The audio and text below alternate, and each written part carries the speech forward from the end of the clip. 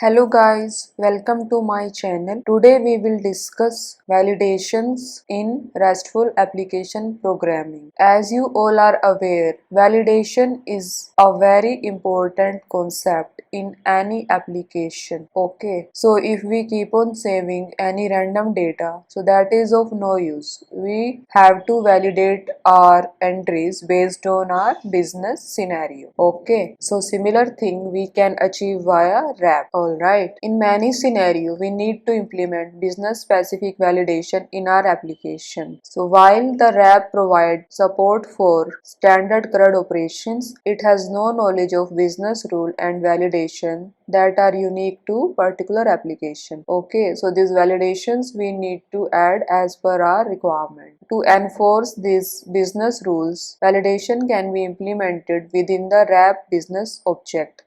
If a validation fails, the framework can return entries in the field and message structures, which we use in the EML statements. When this happens, RAP automatically stops the create and update operation and displays the corresponding error message to the user in the Fiori application. This ensures that only data that compiles with the defined business requirement is persisted in the system, while providing a clear feedback to the end user about the validation error. Okay, so this is all about handling validation in RAP application. Okay, now let's see this in the system. Let's add the validation in a business object. Okay,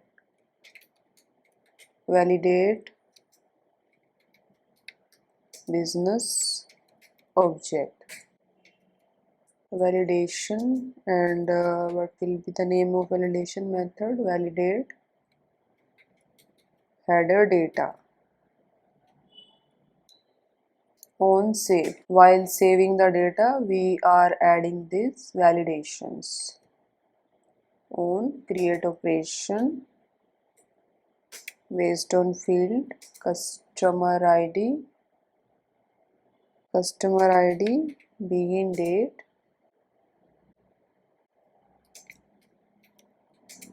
end date. Let's save and activate. Now let's implement the validation using the quick fix. Add the method. As you can see, our validate header data method is created in the behavior implementation. Let's add the logic for it. First of all, read travel data. Read entities of ZHA SA travel in local mode, entity travel fields. Okay, by which field we will do it? Customer ID with corresponding keys. Result data LT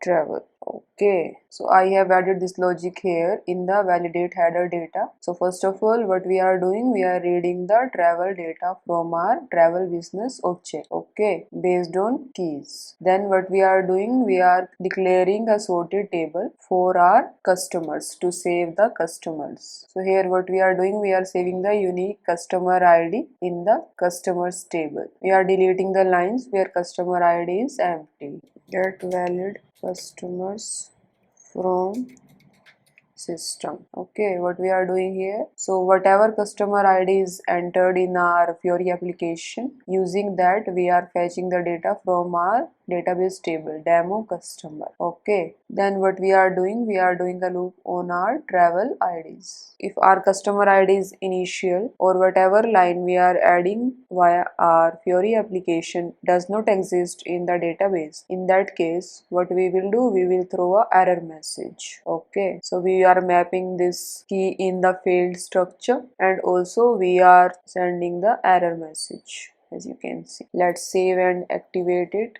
Now let's run our application.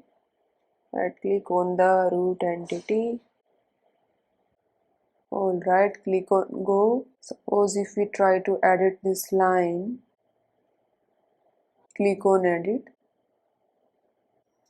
So here let me just try to add some random line and click on save.